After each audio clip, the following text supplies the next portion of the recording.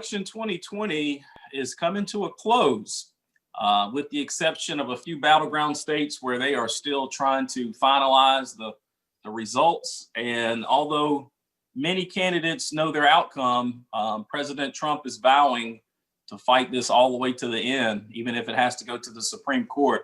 And so I invited a good friend of mine to join us to talk about the legal pathways that may be available to President Trump and the Republican Party. So I want you to help me welcome Harold Eustache, who is an attorney with Greenwood Law and also a part of a task force that the North Carolina GOP has put together to really take a hard look at the election, the legality of the election, and obviously eventually the results. Harold, how are you, man? I'm good. Thank you, Algenon, for having me. Yeah, thank you for doing this. Not only are you a really good friend of mine, but you're very active in our community. You're an attorney, criminal defense attorney, former prosecutor, so someone who has been around for a while, seen a lot. How did you get involved with the North Carolina GOP task force? So the GOP this year is set up so that we have attorneys involved, and that's hasn't just been in the last few weeks or the last week after the election. It's been set up that way prior to the election. And part of that is just making sure that, we're doing everything right. We're doing everything according to the law, and that we're not making any mistakes or anything like that, and that every person that's able to vote has the right to vote and is able to cast their vote legally. And how long was that going on? Was that throughout the entire election that you all were working on this, or was this more of a response to what happened on election night? No, this has been going on throughout the entire election. This is folks, attorneys from around the state that have been talking for months about election stuff. So GOP folks within the GOP structure, because a lot of the GOP, the NC GOP, and the Trump campaign and the RNC are kind of aligned in a lot of ways. So this is folks from around the state, and I'm just one of those attorneys from around the state that's been doing that. That's part of that task force. Now I understand. So help us understand this, Harold, before we get into talking more about what happened on election night and the subsequent fallout of election night. Leading up to election day, did you and your task force, did you guys identify anything that was of concern, any fraudulent activity, any illegitimate activity, anything that would have brought you concern at all?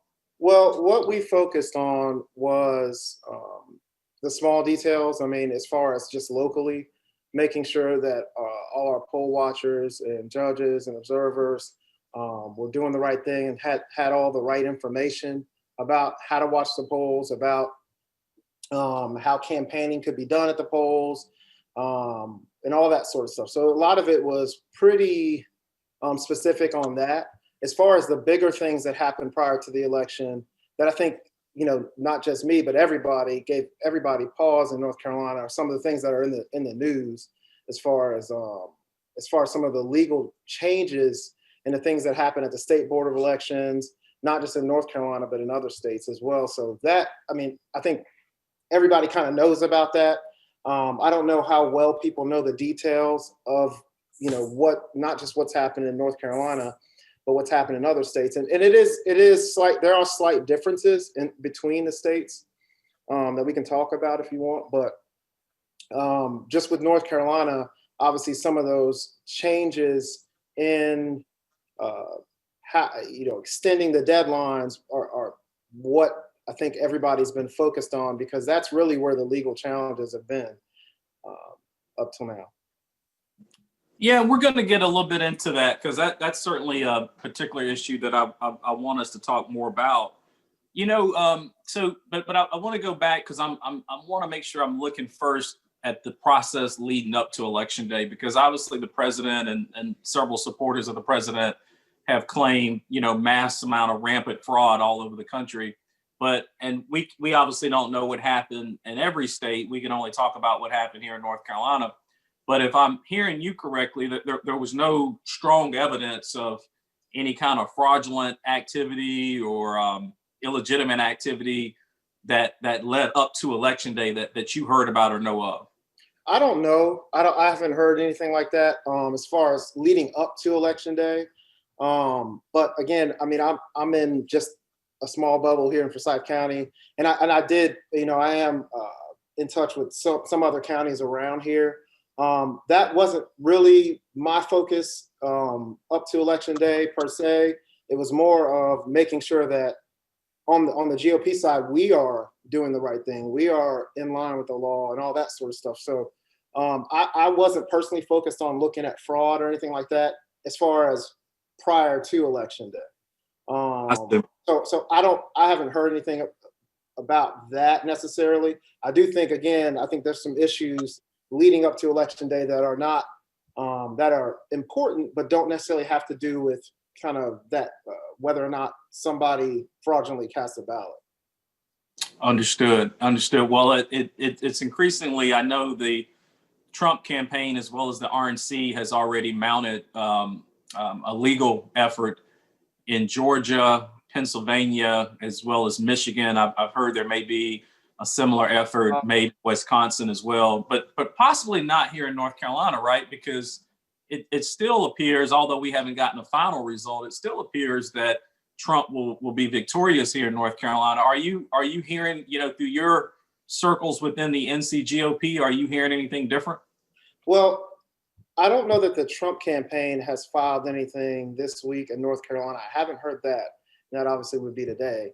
I haven't heard that today, but there are still issues in North Carolina with regard to how the laws were changed and accounting for where those outstanding ballots are in North Carolina right now. So several members of the North Carolina legislature have basically sent a letter to the Secretary of State saying that, we've got to know where these ballots are, right now, because they were supposed to be tracking of these ballots, prior to election day. So every absentee ballot that's sent out is supposed to be tracked. We're supposed to know exactly what the number is. And all of a sudden after election day, nobody knows how many ballots are out there. And that's where the rub is. And so I think that is one of the issues going forward for North Carolina internally, with, outside of presidential politics, just about that issue of where the ballots are after election day, and of course the extension of the deadline. I mean, that is one of the most important the issues here in North Carolina is, and that issue in North Carolina is also tied into the issue in Pennsylvania, and it's essentially whether or not election deadlines can be extended without a state legislature. All right, because and the courts have said, some of the lower courts have said yes, they can be extended. And so the issue is basically what happened in North Carolina is similar to what happened in Pennsylvania, and that is that a state legislature is supposed to change election law because the states generally have general authority over election law, but in both states it wasn't the state legislature, and in both states it's a Republican legislature. Didn't change this law. It was changed another way. So in North Carolina, it was changed through the State Board of Elections. And that was the challenge here in North Carolina, because the State Board of Elections changed the law. But the important thing to remember is that the State Board of Elections, this law was changed through the State Board of Elections late. And a lot of folks in North Carolina feel like that law was changed late strategically. I mean, we knew that COVID-19 was around in March, in April, in May, in June, right? There's a reason this fight for extension happened in October. The reason it happened in October is because the Attorney General and the Governor of North Carolina wanted to extend it so that by the time the fight happens, voters are already voting. And so then it becomes the issue of, well, the law has changed. Can we go back and try to fight on it in the courts when voters are already voting? It was a strategic thing to extend the deadline. and it was about politics too. I mean, I know that everybody wants to think that that the Democrat Party doesn't play politics too, but they do. And this was about extending this deadline late in order to counter us fighting it in court. And now that there was a court ruling on it in late October, and the courts did say that the deadline will stand. So if you're just now joining us, you're locked in. I'm Algenon Cash. The other voice you hear with me is Harold Eustache, who is an attorney with Greenwood Law, and he's also part of a NCGOP, North Carolina Republican Party task force, election task force that's responsible for looking at legal and voting irregularities here in North Carolina. So we're talking about the election that hasn't quite passed yet. We're still waiting on final certification from North Carolina on what the results are. And then obviously we are discussing the legal challenges that President Trump has vowed to fight all the way up to the Supreme Court if necessary. Please leave a question. If you have a question for Harold, leave a question. I'll try to work it into our conversation. Or if you just have a comment, you can certainly leave that as well.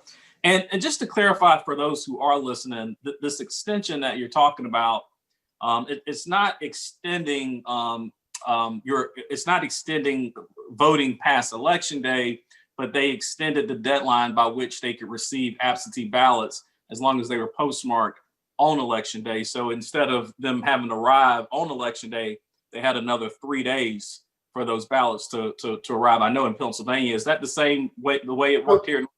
Let's talk about Pennsylvania for a second, because I think Pennsylvania ultimately is the most important state where this is going to be fought out in the courts.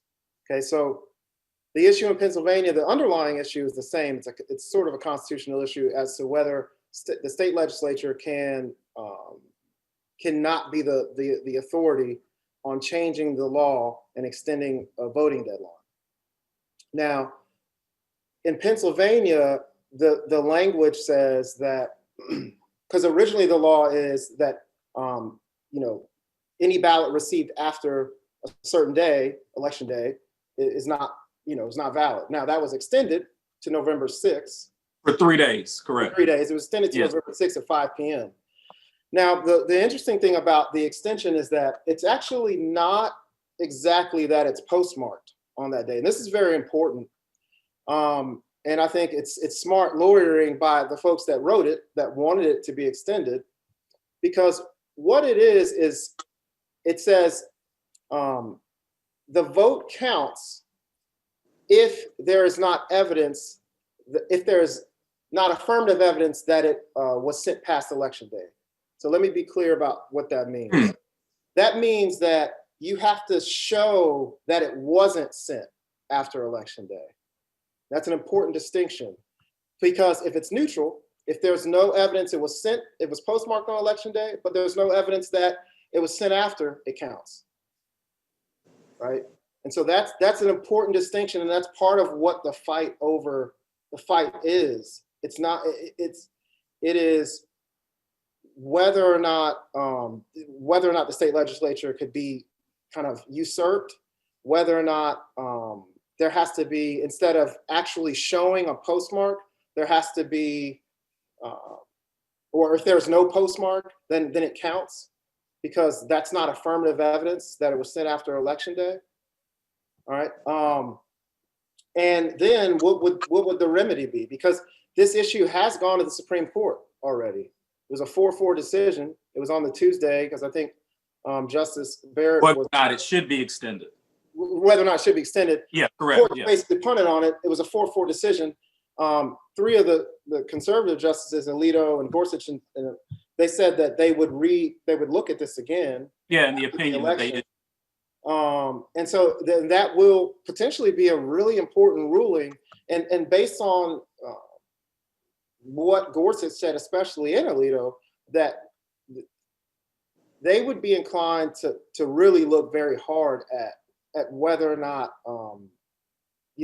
these votes are going to count. Now, part of the argument is that these votes were supposed to be put aside by the Secretary of State, and we don't know how many ballots would have come in after Election Day, and if that number of ballots that came in after Election Day would change the result ultimately. I don't know that that would be true or not. I don't think anybody knows that at this point. But that would be an important fight as to whether or not any of those votes would be counted of the votes that came in after election day. Yeah, and I agree with you too that Pennsylvania, because it's got 20 electoral votes versus 15 here in North Carolina, is certainly a much bigger fight and a much bigger target for the president. Also, because I still believe, based on how the voting trend has been going here in North Carolina, he most likely will still win North Carolina when they complete their canvassing. Here's my next question, though. If the Board of Elections, whether it be in Pennsylvania or in North Carolina, if they circumvented the state legislature to place this or put this extension in place against the state constitution in both states, why didn't the state legislature react right away, and instead of allowing us to get this far into the process? Well, the state legislature did react right away. The Phil Berger reacted pretty quickly, and I think put out several statements that the state legislature, several strong statements. I think the state legislature has to be involved in this process. But part of the rub here is that some of the lower courts have let these extensions go, and their rationale has been that there is a compelling interest because of coronavirus and because of mail delays that states can extend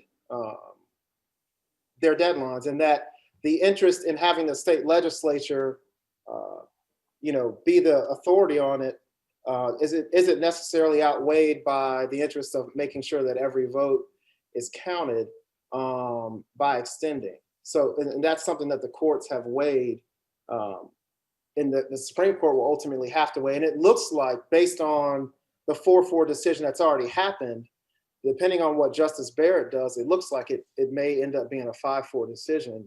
We don't know that, but I mean, no, I think there's a strong likelihood. There's a strong likelihood that it could be a 5-4 decision on the side of that the Trump administration would win. Now, the issue is, if they do win, that still doesn't mean, we don't know how many votes are in Pennsylvania. And I don't know that Pennsylvania decision would necessarily be determinative for other states, because the issues in other states are a little different. No, I think it's very likely. Kavanaugh has been someone who's been very vocal that he felt like Pennsylvania should not have been able to extend that deadline without the state legislature weighing in on it. Although he didn't sign on to the opinion for whatever reason, he has certainly been very clear and upfront that he didn't agree. And so I agree with you. I think that if this case does make it back up to the Supreme Court, the Trump campaign has a strong probability that they could rule in their favor. I'm not sure either how many votes are out there that actually came in part of this extended deadline that we're talking about today. I've heard that it might only be 10,000 votes out there. I don't know how we nail that down, but if it's 10,000 votes, it would still, even if all those votes went for Trump, which that you would think that they still wouldn't be able to close the gap. So let me say one other thing. There's also another legal argument that's being made by the Trump administration, which I think, just as a lawyer, is an interesting one. And what it simply is that the ways they're using Pennsylvania essentially as the example of this, but the way that absentee balloting was done in this instance creates a two-tiered system in voting. And what that means is that there's not that same front-end security in voting by a mail-in ballot as there is by an in-person ballot. This is actually an argument that I think has implications in North Carolina as well, because part of that initial decision was about the witness signing and stuff like that. So, because when you go in person to vote, obviously it is you physically there, you're speaking to another human being that is there, that works at the polls. They're looking at you, looking at it, you're telling them your name and your address, they're crossing that off. There's a judge there, there's poll observers there, right? There's a lot of kind of secure steps to know that this person is the voter, is who they say they are on some level, right? Now, with the mail-in ballot, the absent part of the secure measure is the witness part. I mean, that's supposed to be the only thing really that you got. I mean, you have an address. I get that. But then you would have that witness requirement. And so if the witness requirement is watered down, which the argument by the Trump administration is that it is being watered down in several states, and I'd agree with that, then, is there a two-tiered voting system where some votes are secure and in a certain way that others aren't? And that is another caveat to these legal battles that the court may or may not weigh in on. But I think it's at least that's a very interesting caveat. I actually hadn't heard anything yet presented that way, and I think that's very interesting. Again, if you're just now joining us, you're locked in. I'm Algenon. The other voice with me today is Harold Eustache. He's an attorney with Greenwood Law, former prosecutor, and also a member of the North Carolina Republican Party's election task force to look at legal and voting irregularities here in our state. We're having a conversation about election 2020. Harold, we do have a couple of questions that have came in. I want to try to work those in. Amy says that what happens if fraud is found? How was Biden able to accept it if the state didn't actually confirm it? So I think what she means is as far as I know, we've not had any certified results from state quite yet. This has all been the media projecting who they believe is the winner based on ballots that are being counted as we go through the process. But I think that's what Amy is referring to. Well, I think that's a good question because, as we all know, I mean, these are media projections. They're not, the Electoral College hasn't met, the House hasn't voted. So, this is all projections at this point. And that media projection doesn't codify the actual Electoral College vote at this point. So if something was to happen, in the interim between now and then, it could have an effect.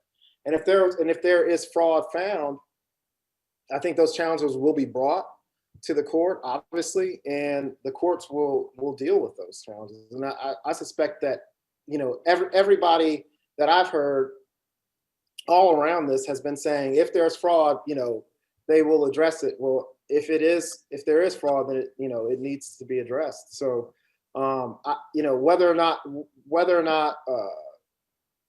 Vice President Biden will accept something, or President Trump, I don't know about that. I don't have anything to do with that. But I do think that it will be brought in the courts, and the courts will make a good decision about it, especially the Supreme Court if need be. And I do have another question from Marcia. Hope I didn't get that name incorrect, but she says if indeed it extended the date to receive mail in ballots 3 days, why is North Carolina going on a full 6 days later without a certification of votes? They should all be received by now, right? I think what she's meaning is why haven't the election been certified here in North Carolina? I'm sorry. Well, North Carolina is different than Pennsylvania. North Carolina, it's until the 12th. So it was a 9-day extension in North Carolina, not a 3-day extension. And so that's there's a difference between North Carolina and Pennsylvania there. So North Carolina, you have up until the 12th for these ballots, provisional ballots and other ballots to be counted. Now, do we still have the wild card out there? I also forgot to let my audience know that you're former military as well. And from what I understand, we've still got a significant number of military ballots that are out there that may have not been counted yet. Do you have any idea where we might be in that process here in North Carolina? I don't know. Military residency here. Yeah, I don't know how many military ballots are out there in North Carolina. I've heard more about that in other states than North Carolina. North Carolina we are a state where we begin counting prior to Election Day. So I think that's, from what I've heard, that's more of an issue in the states that begin counting on Election Day, as opposed to North Carolina, where those military ballots, most of them come in prior to Election Day, the vast majority. So if there is a military ballot vote out there in North Carolina, it's probably pretty small. this point. Yeah, because I've heard that same argument about Georgia, that there's a cache, for lack of better words, of military ballots out there that may have not been counted. And again, whenever you hear these things, no one has a number on what is actually outstanding or what's out there. So it's so difficult to figure out I think that's part the of the impact would actually be to the election itself.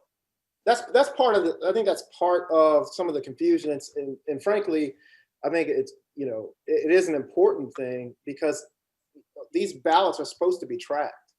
But part of the security of many absentee ballots is that they're tracked, and we know exactly how many are out there, how many have been sent, how many have been returned, how many have not been returned, so on and so forth. It's important for us to keep track of that. And I think everybody has noticed, we're getting after election day, and then it's like, well, we don't know how many ballots there are. There could be 75,000. There could be, that, whether there's fraud or not, just the ambiguity itself, it lowers the confidence of all Americans in our election process. And it's something that going forward, I think all of us have a vested interest in ensuring that this doesn't happen again this way. It can't, because part of what a democracy is about is the voters having faith in the process, having faith in the results of the process. And if a significant part of the country doesn't, then we have a problem. And I think we could have a significant problem. Amy just commented and said, this situation makes me completely never trust voting and it being legitimate again. Yeah. Such a mess, concerned about civil unrest if the tables are turned. So I do think you're right. I think you've got 70 million people who cast a ballot for Donald Trump, and they are certainly questioning the results of the election. Now, some would argue that the reason why they're also, and this is one of my last questions for you tonight, Harold, some would argue that perhaps the reason why they're questioning the results is because the president himself is also questioning the results and refusing to concede or even go along with any kind of transition. You're an attorney, but you're also a Republican, and you're active military. Is President Trump handling this process the right way? Should he concede? No, I don't think there's anything that says that a president has to concede. There's no law that says that. I think the president is well within. I think he's handling it the right way. I think he's well within his right to fight on this, to make sure that every vote is legally cast. I think we've all lived the last 4 years. We all saw an impeachment happen. We all saw, every single thing that happened over the last 4 years. I don't think the president has any reason to necessarily trust that, there would be an element against him and people that support him. So, I think he's doing the right thing and fighting this. And in America, it is American to go to court when we have a dispute. When there's a dispute about something, we file a lawsuit, we go to court, and we see what happens. I think whatever that may be, that's how we're going to solve this issue. And I think he's well within his right to do that. Well, we are a country of laws, and when we have disagreements, as you just mentioned, sometimes we got to go to court and let a neutral arbitrator solve those issues for us. So I would agree with you that the president certainly is well within his right, if he truly believes that there has been fraudulent activity. Or I also could continue to come back to this word of irregularity. May not even necessarily be fraudulent activity as much as it could just be illegitimate or irregular activity that we need to make sure we take a hard look at. I mean, this is a national election, and we want to make sure we have faith and trust in whatever the outcome is. So again, thank y'all for joining me. Harold, thank you for locking in with me. Thank you. How can my audience get in touch with you if they want to learn more about you? Yeah, they can add me on Facebook, Harold Eustache. You want to throw a number or an email out there at all? You never know when someone needs some legal advice. Just send me a message on Facebook. I'll get it. I promise. Okay, so you check the instant messenger, unlike so many other popular people in the world. But make sure you guys follow up with Harold. He's a great guy, great friend, community leader, and also an attorney with Greenwood Law here in Winston-Salem, and also helping out the North Carolina Republican Party with their election task force. So Harold, once again, man, thank you for locking in. We'll make sure we get you back on the show once again. And for all of my fans and supporters out there, thank y'all for tuning in. Thank you for listening. You can always shoot me a message if there's a particular topic you want me to try to cover, or if you just have questions that you want me to answer, you can certainly shoot me a private message. If you're not a subscriber to the YouTube channel, make sure you go out and do that. Go check me out on Instagram. We've got content going out on Instagram every day, including right here on the Facebook page. Until next time, y'all stay locked in.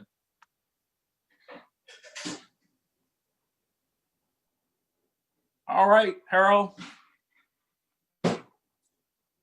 You still there? Keep going.